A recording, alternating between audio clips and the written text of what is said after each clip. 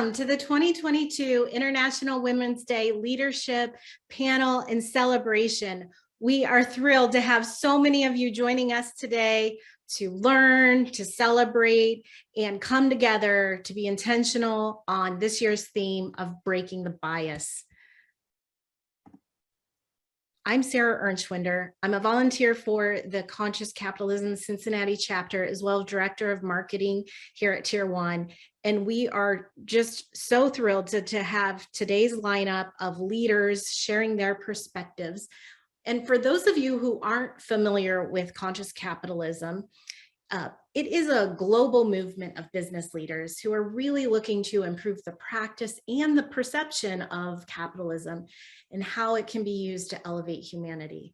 So it's built on these four tenets of purpose, a broad stakeholder orientation, conscious leadership, and conscious culture. And a giant thank you to our 2022 chapter funders, Finit, Engage, New Riff, and Tier 1 for making our programming this year possible. If you're new to the Tier 1 family, also welcome. We were started 20 years ago with this mission to improve organizations through the performance of people to build a better world. And now at almost 300 consultants nationally, that has translated into this partnership with our clients to activate their strategies through people.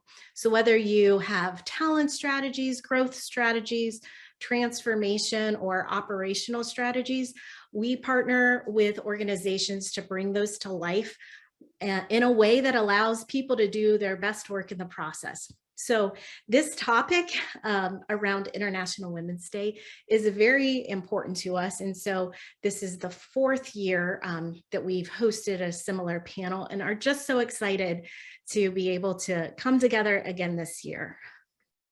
So this event is just as much about you. And so we encourage you to connect with each other. We have hundreds of folks joining today, so we're thrilled. We invite you to introduce yourselves in the chat. Feel free to share your LinkedIn profile URL or email, what you're passionate about connecting with others on. Or you can connect on social media using the international hashtag IWD 2022 and hashtag break the bias. Just a couple of logistics. We will be recording the discussion today, and we encourage you to drop Q&A questions in the chat or the Q&A feature as we go. So without further ado, we're honored to have this amazing panel lineup of leaders on our panels today. And so I'm going to turn it over to one of my favorite people, Katie Fry, for our introductions. Thank you for the kind words, Sarah, and let the record state, I know I am the lucky one. So again, grateful to Conscious Capitalism and Tier 1 for sponsoring this event. So today, March 8th, is known as International Women's Day, or IWD, as Sarah was sharing. It's a collective day of global celebration. We recognize the social, economic, cultural, and political achievements of women. And in that spirit, it is my honor and pleasure to introduce our panel of strong, intelligent, and visionary women. Each of our panelists has my admiration and gratitude, and I know we will be inspired by what's shared today. And to each of you joining us from home, the office, the car, etc., thank you for showing up, leaning into curiosity and our need to lift each other up.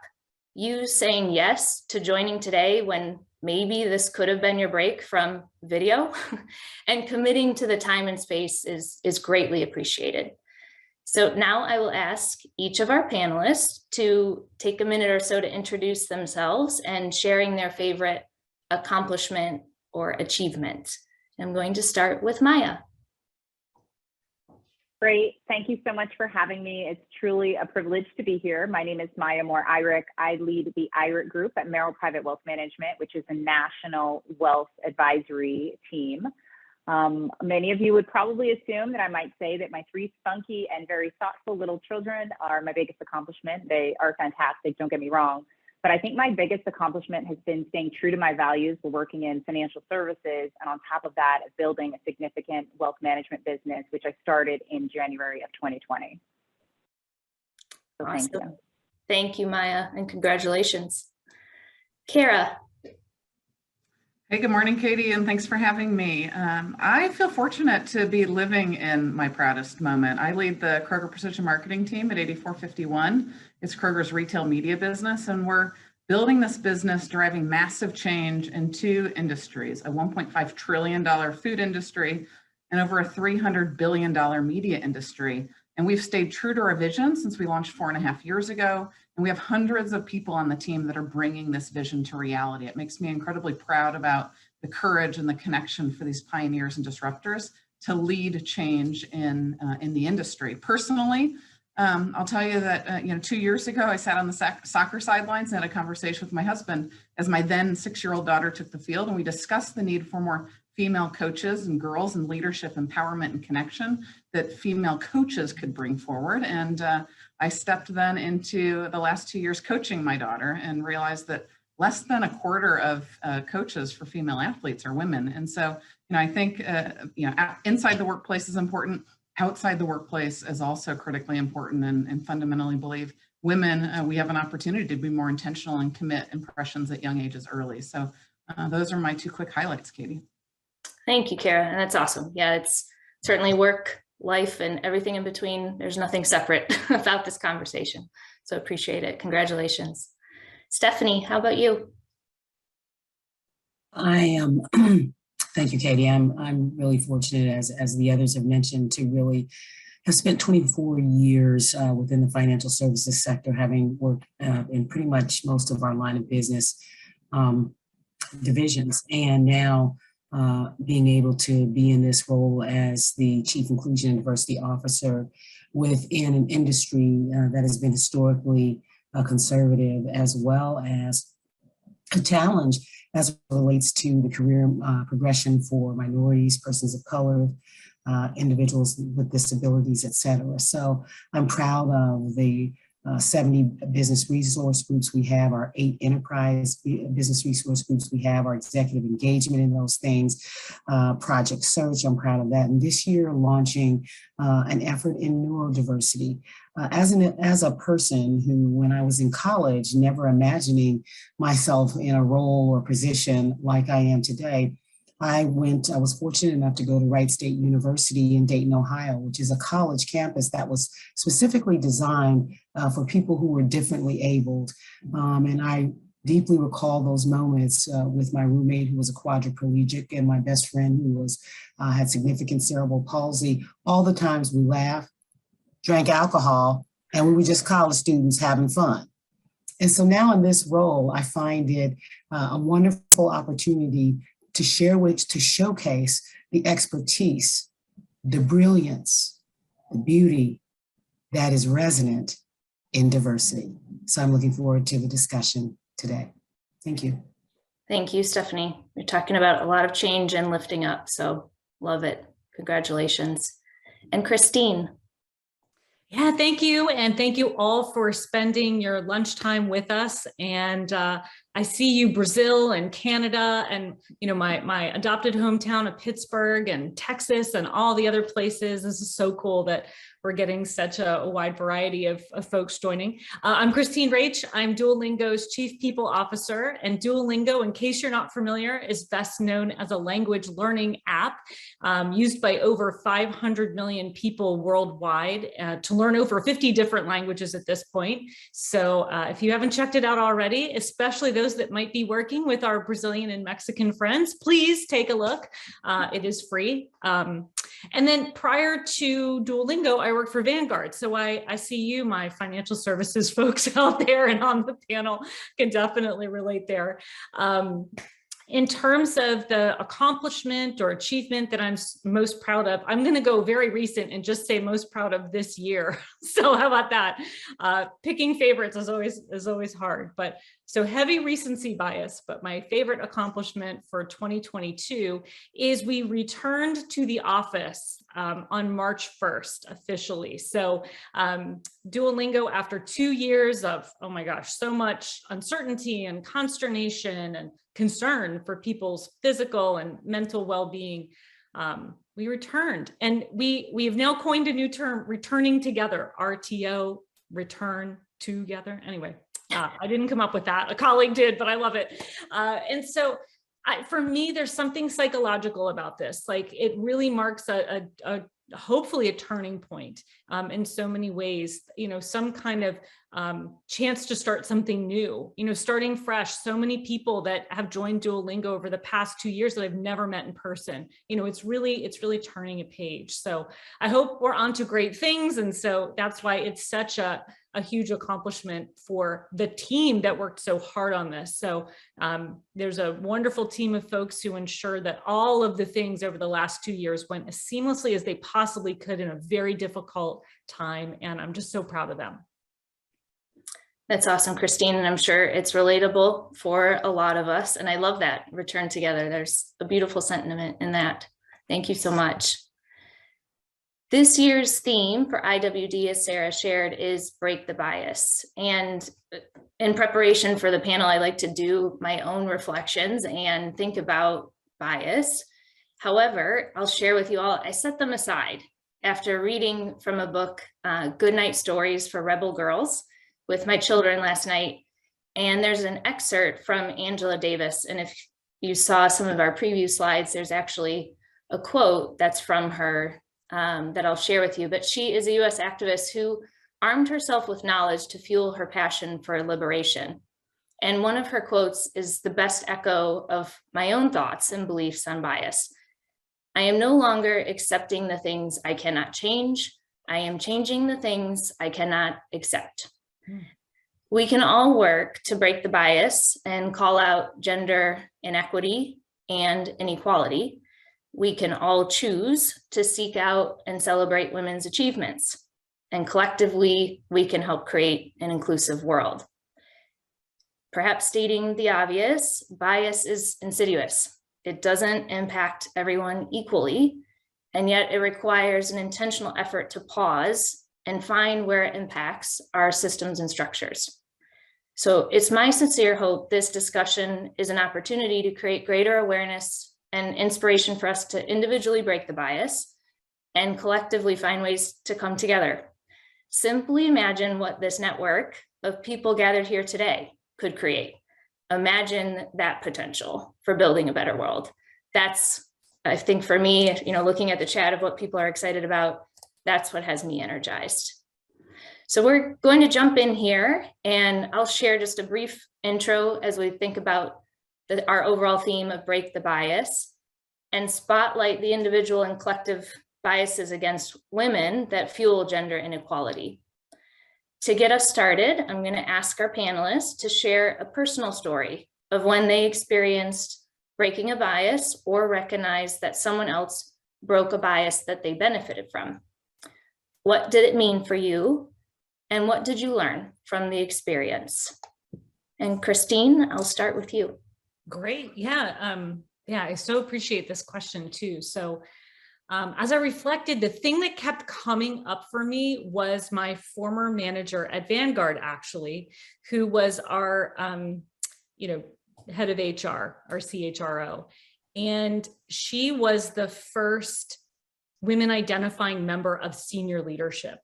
And she was the CHRO for like 30 years. She's since retired, amazing person.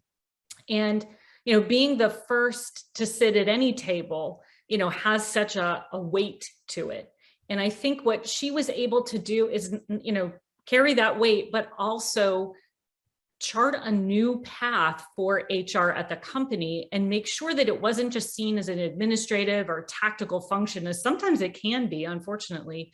She really charted a strategic course for HR at the company. And so I didn't even really realize this until I started thinking about this question. And what stuck with me is two things. Number one, the expectation that, there would be not just white men sitting at the leadership table. Like right from the beginning, she demonstrated that there is more inclusivity and a different way of thinking about leadership. And number two is also the way that she viewed the function and how much I internalized and metabolized those kinds of assumptions for my own career and the things that then helped me at Duolingo kind of take those things forward. things that as she talked a lot about, her journey being the first woman identifying member of senior leadership. One thing that really stuck with her is, for many years, she was the only one. And then over the years, eventually, there were more women at the table. And it was when 3 women were at the table, or 3, not of the majority group, where she finally was more able to feel like she could share more of herself. And so there's something about that, right? So there's lots of things that we've seen in literature through the years of seeing someone like me and how important that is for our own, just career ideas even. So, Kara, your point about seeing someone like me coaching, like, wow, how impactful that is for the young women on the team. And I think this idea of the magic of 3. And so I've even seen that playing out at Duolingo. I think sometimes when you have one of an underrepresented group of any kind on a team, the natural inclination is like, oh, we don't want a team of, for example, all male engineers. So let's, spread out the women and sprinkle them throughout the groups. And what that means is often they will be the only at the table. And I think what we've seen is more success when actually you're able to provide some psychological safety by grouping folks together and being very intentional about team assignments. So I think that's a real tangible thing that I took away in learning and have applied that now at Duolingo. And then maybe the other side of this is being, the first or the only in any group and starting to break that bias down.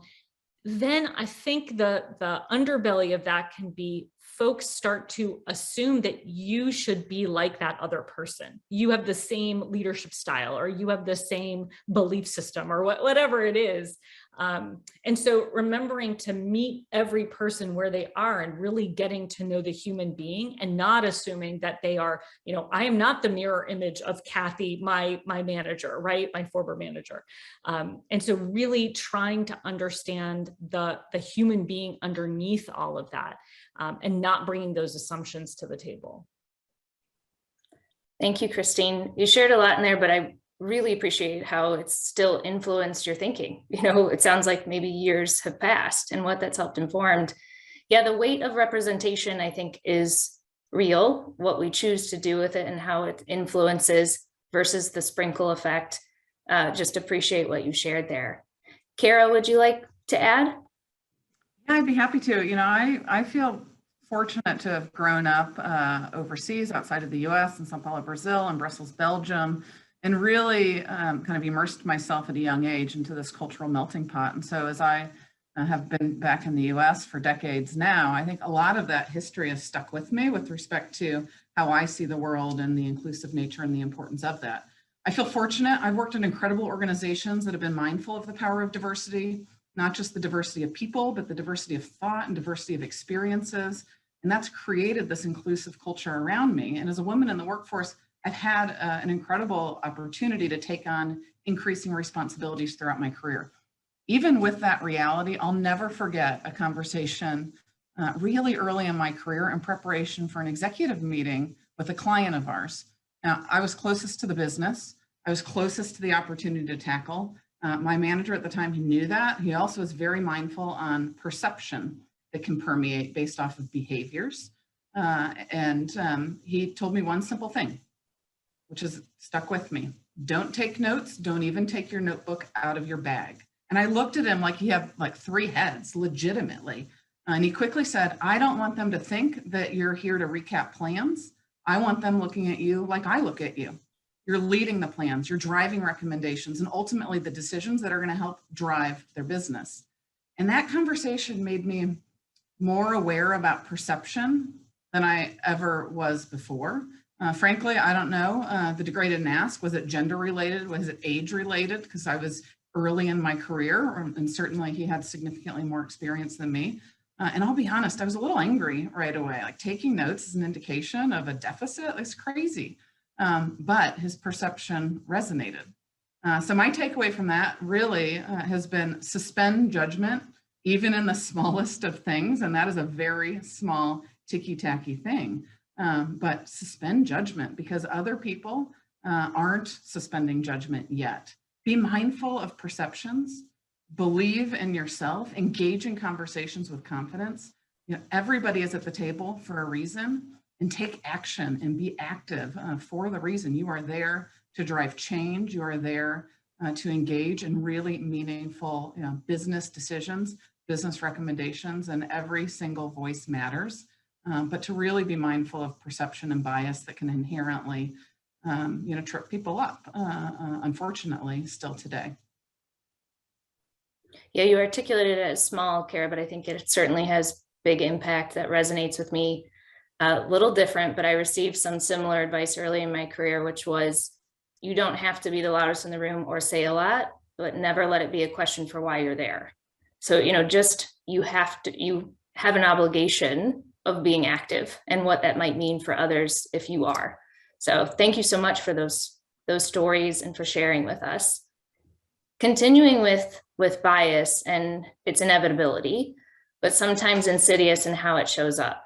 Subtle biases to appearance, and we're speaking of perceptions, they can certainly influence how an individual's potential to be a scientist, for instance, could occur, or in other cases when interpreting letters of recommendations, research has even shown that equivalent language is often interpreted as positive for men, but as a less favorable qualification for women. In addition, gender bias itself doesn't impact all women equally. We especially see this when we look at the wage gap of Black women, Hispanic women, and white women categorized individually. So for our panelists, how have you seen gender bias show up in the workplace? And what takeaways do you have for either learning from it or helping to address it? And Maya, I'll start with you. Thank you, Katie. So it's very clear, as many of you know, that gender bias has a history of being rampant in financial services, right? Not only financial services, but probably in multiple of the industries which you're tuning in from.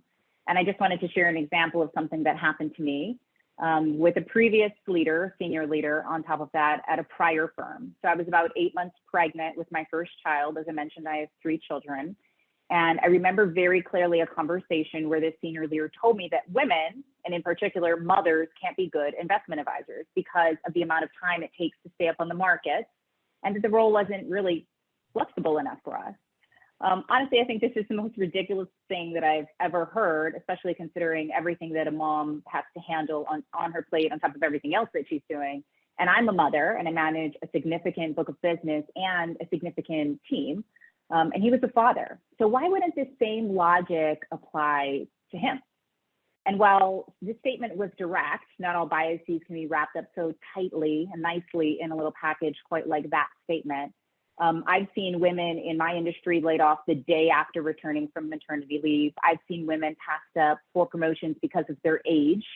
I've seen women compensated less because I was told that, if someone has a working spouse, their bonus didn't need to be as big if they're a woman as where if you were my male counterpart that had a wife that, stayed at home or worked from home, they likely needed a bigger bonus. So, these biases run deep and they perpetuate a very damaging narrative for women, and in particular the industry that I'm in. For me, the best way to deal with this is to call out these biases directly. I'm definitely in a privileged seat where it's taken me some time to be able to get to that point where I can just, if I see something that's unjust, just speak up.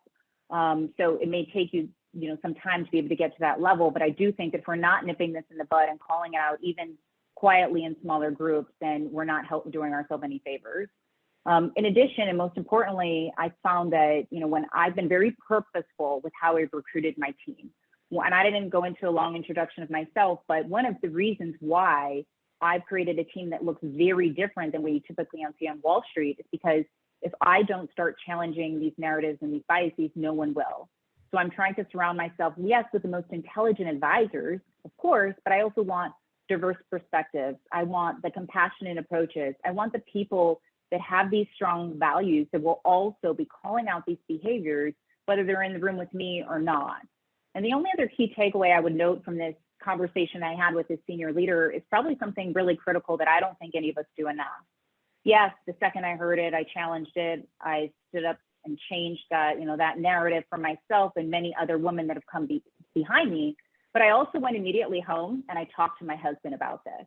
Now you probably ask why? Well, he's my life partner, but he's also a significant leader. I wanted to clearly articulate to him what I experienced and how this narrative is so damaging and continues to hold women back, so that he can be a true ally in the workplace and not fall into some of those same behaviors and also question these things.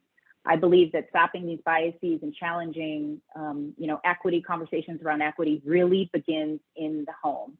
So I definitely think that this is I'm a strong believer in this, and I definitely think that we're not utilizing our home environment to challenge these biases enough, which directly relate and somehow trickle back into the workplace.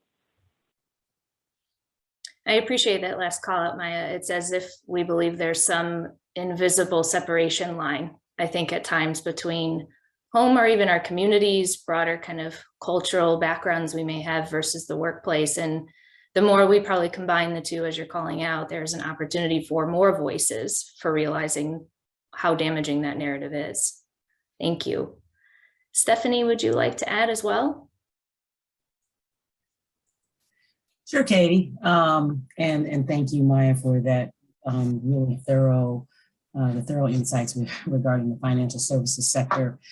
And of course, having been in banking for 24 years, both as a woman and as a Black woman, I have seen multiple cases of gender bias. And unfortunately, a lot of times when men aren't doing well, they'll assign a hardworking, successful woman to do the work. Like while Maya said, he gets the bonus and she gets the pat on the back. That is still true today, surprisingly true. However, having had 4 brothers, I really want to focus more on what I believe is the path ahead, because I've been a lot of first at Fifth Third Bank. But just because you're a first doesn't mean you have to be the only. It is our job when we get to these positions to ensure, as Maya is recommending, that when we look at our span of influence in our teams, that they represent the diversity that we want to see. That then becomes a high-performing team. That team then becomes a highlight and a force to be reckoned with. That team then becomes recognized, merited, and awarded. Success breeds greater diversity. Number 3, we can't allow ourselves to be afraid of breaking into groups. We need relationships with men. That's the bottom line.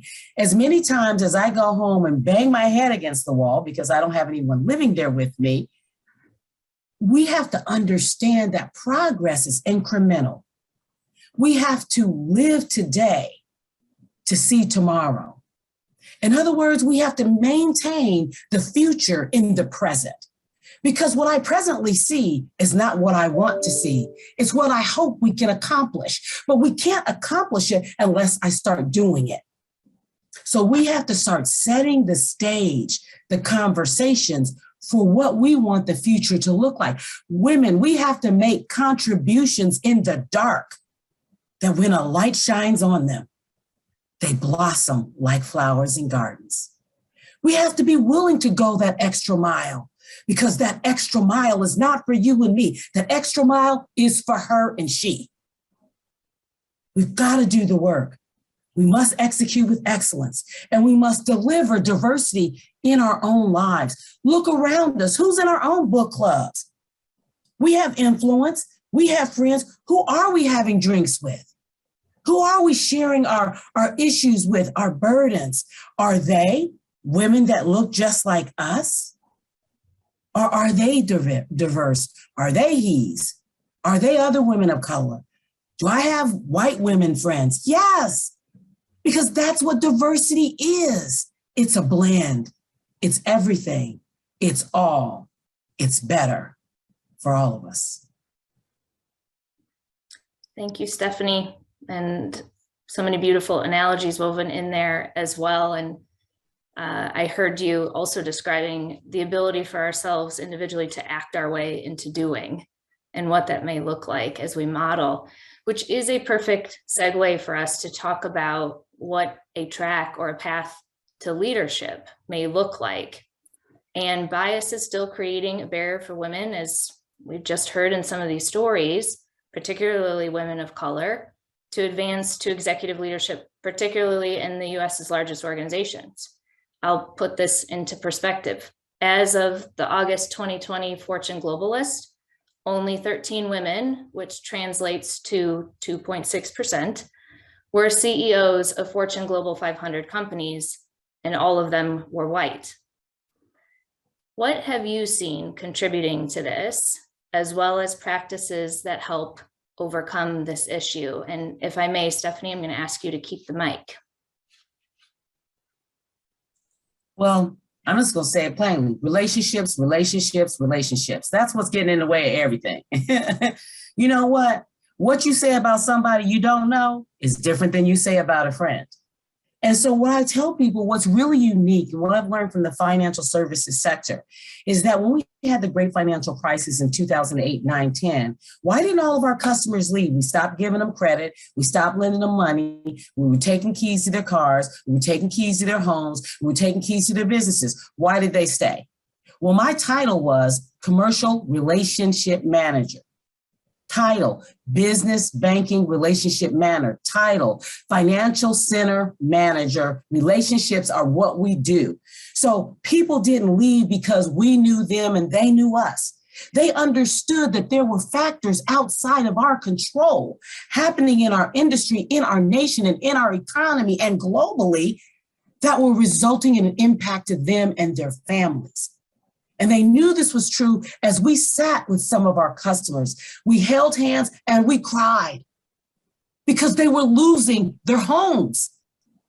Somebody looked at me and said, why do you feel so deeply? I was like, because we are a fiduciary. We had a role to play in the great loss for the middle class and the great loss of business for women. The reality is that when you get to know about people and you become friends, then you care. So what happens is when we're talking about diversity, we're talking about the importance of diversity. We're not talking about the importance of the relationship. Because then diversity is going against, I've been working with Joe over here for 25 years. He's my golf buddy. He's my drinking buddy. I go shooting here. I go to wine with this. I smoke cigars. Ladies, I'm going to tell you, I did it all. I shot, I smoked, I golfed, and I had a great time. Now, I'm not saying we have to do all those things, but we have to understand that a part of the relationship requires something from us. What are we willing to give up for a relationship? I would dare say that every woman on this call, every person on this call would give a lot up for their family, would give a lot up for their loved ones. But let's give up something for our organizations, for our community. Let's be in the office and in person for these restaurants out here, for these businesses that are struggling. In person isn't just better together for us, Christine, it's better together for our communities. We are better when we're fighting together instead of fighting against. That can only happen when we sit across from each other, eye to eye, and say, I care about you. Now let me listen. Thank you, Stephanie. And, at the crux of that is organizations exist to serve people. And so it has to be based on relationships, and building them comes out of care and genuine, authentic care. And dare I say, bringing love into the workplace. And what may that transform as a result? And you better believe me, I'm not going to forget you talked about cigars. You're in Cincinnati. We'll talk about that later. Christine, would you like to add to that as well? I would just like to say preach, but I think, back kind of channeling that question about, what do I think is contributing to this? Racism, I think is a fundamental contributor, subtly embedded in almost everything that is the fabric of the structures that we live in today. And so, what can we do? What can I do? I love Stephanie's point, like lean into the relationships, get to know the people, get to know, look at your book clubs and all of your friend circles and all of that, and make sure that they look like the group of friends that you want to have going forward into this, great beyond post-pandemic. I think this is going to go contrary to me talking right now, but I think white women talk less. listen more to Stephanie, to Maya, to their experience. What are they saying? What are they hearing? What are they asking? Making sure that we're tuning into that. And then organizationally, I think, how do we just make sure that there are more of lots of different faces and experiences in those decision-making seats? So it starts with hiring. And Stephanie, I love your points about look at your own teams, the people that you're hiring. If you're in a talent acquisition team, who are you bringing into the company? Making sure that those seats are filled with lots of different kinds of voices, because once you get decision makers at the table, that is going to change the entire environment of the team, the company, et cetera. Making sure that we are also doing our best to create safe places, for psychological safety for team members of, again, all different kinds. Everyone has a story. Find out what that story is. Find out what's motivating them. Find out what their challenges are, and try to be there to support them. And again, I can't help but echo Stephanie's words, but this idea of what would you do for your family? Treating more of our team members like our families, and going that extra mile, going out of our way to make sure that we're doing what we can. Ultimately, it starts with us. You have to look within yourself. If you want to see a different future, then you have to confront your own belief system. And it can be really hard. And what you see in the mirror can't always be the most pleasant thing in the world, but you have to go through that experience and come out the other side. And every day it's just about doing the hard work. Absolutely. Thank you, Christine. And I would encourage all of us to echo each other. The echo means that the words and the meaning behind it last longer. It's going to resound more. Thank you. Let's shift to talking about recognition of achievement. We heard a little bit of your personal stories in the intro, and want to continue as we discuss supporting and celebrating achievement as another critical piece to value and how we look at and support individual differences and contributions. Research by Catalyst shows that publicly celebrating and acknowledging successes has more impact on women's compensation, career advancement, and overall engagement or satisfaction than directly negotiating for higher pay or compensation. Kara, what thoughts do you have for leaders and influencers who want to be intentional in celebrating women's achievements? I love this question, Katie, because it's just so important. I'm going to first start with saying, we, especially as women, we have to lean into appreciation of achievements authentically, in a timely way, and we cannot overthink what this celebration is. Being in the moment, being connected, making sure that our teams understand the work and the value and the impact of what they're doing. That's what's critical. Appreciation is a signal of respect. It's a signal of acknowledgement of their impact. It's that recognition that really starts to curate and build trust. And when you have trust, it's much easier bridge to then create a sense of belonging. And in turn, what happens is your colleagues are going to show up. They're going to show up stronger. They're going to show up with greater passion. And no doubt they're going to have even greater impact for your business and for the businesses that they're influencing, right? Whether it's in consulting or whether it's in relationship management, in the financial services sector, wherever it may be. Now, last year, I think Great Place to Work survey, when they had released a context on what are the most important drivers for great work. And the most important driver for great work was recognition. 37% of the respondents said they more personal recognition from their colleagues, from their leadership, would encourage them to produce better results more often. Far and away was the number one ask and expectation. And why do I think it's even more important for women? I was just looking at some recent survey data that McKinsey came forward with from last year, late 2021, I think the fall they released it. It spanned over 400 organizations, 65,000 people. It was clear that all women are more likely than men to face microaggressions, and that undermines them. It was also clear that women of color experience microaggressions at a higher rate. that takes a toll. That takes a toll on humans. It takes a toll on women. And women who are experiencing this, their data showed from this massive survey, they're 2x more likely to be burned out, and they're 2x more likely to feel negative about their job. That is not creating any bit of a culture of connection, responsibility, and respect. So recognition is critical.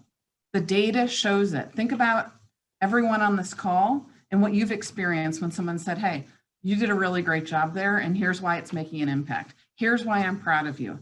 Here's the influence that you're having within our organization, within the community, within the culture that we're creating in our environment. So just being really mindful of that. We have got to lift each other up, but you've got to be intentional on it. You've got to be authentic. You've got to be timely, and don't overthink the magnitude of a celebration. So that's just some of the highlights that I think about when I reflect on recognition and how critically important it is in the industry, and particularly for women. Thank you, Kara. I do appreciate your call out of not overthinking kind of the celebration itself. The authentic recognition for someone is creating a moment that matters. And, you know, that moment can carry forward, and the public kind of recognition as you're calling out the importance for it for women, like how that gets amplified in a workplace, in a team. It's really well said. Thank you, Kara. Maya, would you like to add?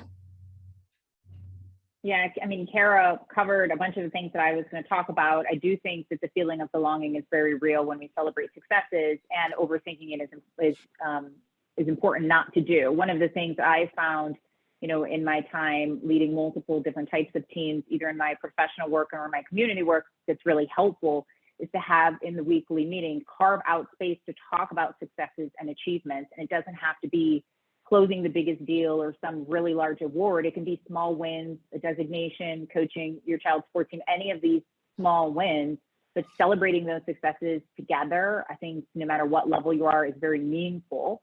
So that's important. I also encourage every woman that is my peer or the women that are coming up, you know, underneath me, to keep constant lists of these accomplishments. So when it comes time for performance review and things of that nature, it's right at your fingertips. So there's no question about it. And something that I've done that's a little bit non-traditional is I look for my peers in the same space. I look at my competitors, and if they're women and they're killing it, I'm going to publicly acknowledge that. I will put it on LinkedIn, Instagram, wherever it is, and I will cheer and shout from the rooftops for them. Because I think if we're not acknowledging our peer set, especially if they're perceived competitors, then shame on us, right? We should be lifting up women at every level. And we should also, and I know we're talking about belonging and celebrating successes and things of that nature. It's great. Yeah, I love to feel belong, but I also like to be paid. So I think it's great to, you know, pat a woman on the back for her successes. But you better make sure that all of the women, especially when you're in a room and the doors are closed, you're making sure she's compensated for it. So I had to make sure that that was something that's emphasized. I think that's very appropriate, Maya, and also well said. And if I may, like just the adage of what you just described, I think real queens help other queens adjust their crowns and shine them. So let's do both.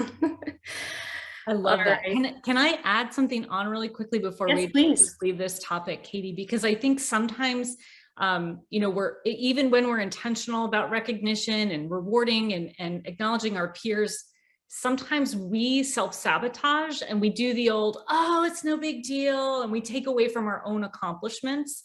So my ask of everyone here is to also, if you find yourself doing that, which please, I'm right there in that same camp, I think, really do the self-work of figuring out why you're having that reaction and what the struggle is with accepting praise. Because I think one way to think about it is when you do that, oh no, it's no big deal, and you downplay your accomplishments, not only are you downplaying yourself, but then sometimes if that person went out of their way to call you out positively, they're going to be less likely to do it for the next person. So even if you can't do it for yourself, think of the next person in line and make sure that they get their shine as well. I'm glad you added that, Christine, and that echoed, I think, some of our earlier sentiments of do it for she, for her, who's next. Yep. And agree. It's, you want to also have appreciation for the person who wanted to give you that recognition. So let's look to the future. final kind of tee up for our panelists before we may look if there are any questions from the audience joining us. Imagine a world where we don't see the descriptor of woman in front of the word leader, or we simply see leaders as women. What would that mean? And let's add, I'll offer to all of you, add any last takeaways for our audience participants today and how they may consider breaking through bias.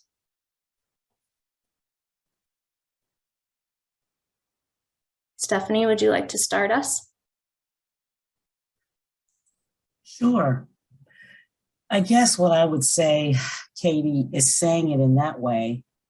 You know, one day having a world where woman is not in front of leader or women are just seen as leaders, really to me gives a certain portion of my power away. I am a woman. I am a leader. That's who I am. It's not what you made me. It's not how you made me. It's who and what I am. And I think to myself that every day men don't go through their lives thinking I'm a man, I have an advantage. They're just, I am. And so more women need to wake up not thinking that I'm a woman and this is what this means. Let's get up and say I am. I am me. I am a mother. I'm an employee. I'm your neighbor. I am. Because there are times, I have to be honest, ladies, when I wanted to make some really pivotal decisions, there have been times when I've wanted to flat out quit. Because I was like, you getting gypped, they're jacking you. I'm looking around, stuff is missing. And then I say to myself, Stephanie, what would you do if you were a man? It changes the way, I have to say, it changes the way that I approach things. Because growing up with men, I didn't see them apologizing for their shortcomings, for their failures, for their mistakes. I saw them getting up, looking around, say, I hope nobody saw me fall, and continue moving. As women, we can't get caught up in the fall. Let's get serious about the getting on our feet. And I look at some women that, like yesterday, I was watching the UFC because having brothers, I played rugby and fenced in college, right? I was seeing a whole recognition for Ronda Rousey. I don't know if you all know who Ronda Rousey is. She's like one of the fiercest first UFC fighting champions for women. She started it all. And what did that tell people? That women could get a little aggressive. We had some things to take you down on the mat. So what I would say is, let's not allow ourselves to be defined by the title of being a woman. Let us define ourselves by who we are, by what we dream of, and by where we are. And then people will look at us as Christine, Katie, Stephanie, Maya, and Kara. And we are leaders.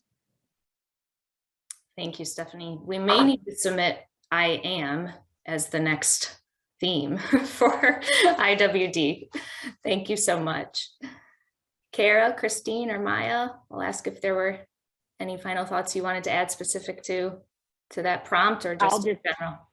Yeah, Katie, I'll be very brief. I would just say for me, the big takeaway that I would just want to reiterate, and we heard it from all of the women on today, just be very intentional with who you spend your time with and how you spend your time. Be very intentional with, if you are a hiring manager, how you think about inclusion on your team, how you think about promotion, compensation, right? And then just be very intentional with how you live your life at home, because so much of what we're doing, we saw this over the last 2 years, there is no separation. There is no separation. I don't care what anybody says. If there is no equity in your home, if you have biases in your home, then that's really the place you need to start and you need to handle first, because all of that's going to permeate directly into the work that you do. So I would just say intentionality and equity starts in the home. Thank you, Maya. Yeah, really well said, Stephanie, Maya. Both of those incredibly powerful moments of reflection for myself, and I'm sure everybody on the line here. I think the focus on not letting you be defined by gender, not letting you be defined by age. It's around, you're creating experiences for yourself. Experiences are learning moments that help all of us get better and improve. But to do that, you need to embrace these talents and treasures that all of you bring to the table, create these special bonds and create these moments, and recognize if you are at that table that you need to make sure you're lifting other people up as women leaders.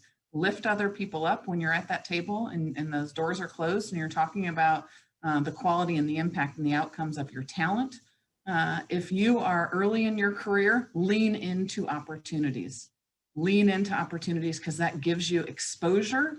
It gives you opportunity to shine. It gives you learning moments. It gives you connections with other colleagues and talent across the organization. But that means you've got to take ownership of those moments. So lean in, look at all of those opportunities as glass half full, because they will create these special moments that you're going to be able to build on for your career. Thank you, Kara. Christine? I love that. Well, I'll just kind of echo exactly what you all just said. So, leaning in and being super intentional, the work of breaking bias starts with you. We all have them for lots of different things in life based on our own experiences, based on what we've seen and gone through. But if you shy away from leaning in to understanding where that came from and how that you might want to move forward differently, if you shy away from that, you're shutting the learning down. So, open yourself up to that learning, lean into the uncomfortability of dealing with it. Life is messy. God, haven't we seen that over the last 2 years? I wish it wasn't so, but turns out nothing is perfect. So, really leaning into that uncomfortable space, because that's where the growth happens. I could quote you McKinsey studies as well, because I think there's some great work on there about, how impactful heterogeneous teams are. But instead, I'll bring you to Project Runway. And whenever they do group challenges, you always see the group that is like a train wreck, and you watch them go through this painful process of creation. And I'm always like, oof, it would be really tough to be on that team. And isn't it always that group that wins in the end, because their work product is more creative and it's just better than what the other, seemingly nicely working functional team was able to put together. So don't shy away from that. If you're encountering some kind of friction in life, there's learning there. And so dealing with that and leaning into that can be really powerful. Appreciate that, Christine. And who doesn't love a TV reference, especially after all the pandemic watching we've been all doing. But that's a great summary, I think, for today. There were plenty of learning moments that I hope everyone took away from it. I had plenty myself, and I had a preview to the discussion. So just expressing immense gratitude to our panel today, but also for all of you for joining us. And let it serve as an inflection point. Yes, International Women's Day is March 8th. And it's Women's History Month. And as Stephanie reminded us in our prep, Women's Day is 365 days per year. So let's just go and say I am. We can say I am woman too, and I am breaking the bias. Thank you all so much. Absolutely love it. Thank you. We do have 2 quick questions if we can dive into those. And for those that do have to leave, we'll send the recording. So no worries. The first question is from Carly. What advice can you give on women breaking out of entry-level roles? There definitely appears to be more work, more networking that needs to go into women moving up than others. What is your best advice for climbing the corporate ladder?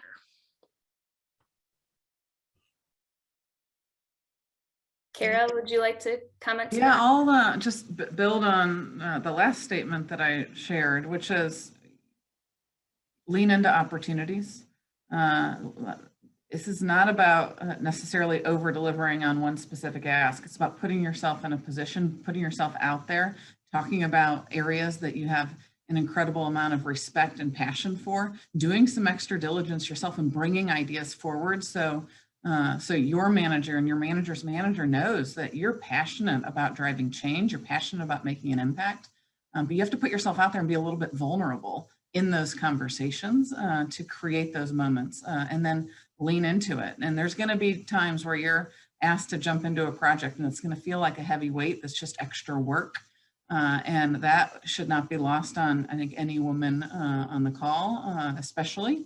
But lean into that moment for what it is to then, go kill it like you're going to because you're passionate about that space. And those create little stepping stones of growth, experience, learning, connection that you'll forever be able to build on.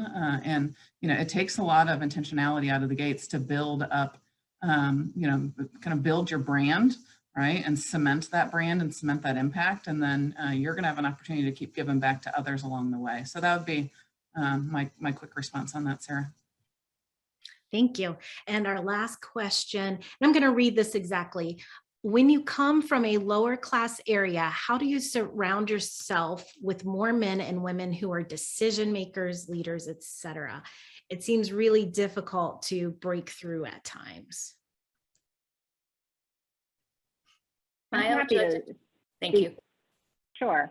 I grew up in very humble beginnings. I'm a first generation college graduate, and now I support and work with some of the wealthiest families in the country. But it wasn't an easy journey, and this actually wasn't the route that I thought I was going to be traveling on. But I will have to say that nothing can replace passion and a commitment for service to your community. I spent a lot of time, and I always have been, on either boards or volunteering and doing things that I believed a lot in, access to education and equity. And so I think, community service work, board work, or being involved in a nonprofit that's very meaningful to you can sometimes break down those barriers because nothing can replace your passion and commitment to a cause. And I think that'll help you feel a little, less uncomfortable, but also help you navigate and meet some of those leaders and decision makers and some of those other people to get you out of the situation that you're in. And I don't know who this is because it's anonymous, but feel free to reach out to me on LinkedIn. I'm happy to have a side conversation as well. Thank you, Maya. I want to echo thank you. If everyone can join us in a virtual round of applause for today's panelists and our moderator. And I want to thank Michelle behind the scenes, our producer for today's event. We just are thrilled to have all of you here today. And so I quickly wanted to share a couple of events that we have coming up. For those, I know we have a very broad audience, but for those of you in Cincinnati, the next Conscious Capitalism chapter event is in collaboration with Small Giants. So that'll be April 14th. And then for Tier 1, our next event is really focused on the learning and performance insights gleaned from this year's Learning Trends Report. Again, links will be in the follow-up email. And so we are at time. Thank you. We'll be sending that with the in the email with the recording, and certainly reach out if you have questions or want to connect afterwards. Thank you.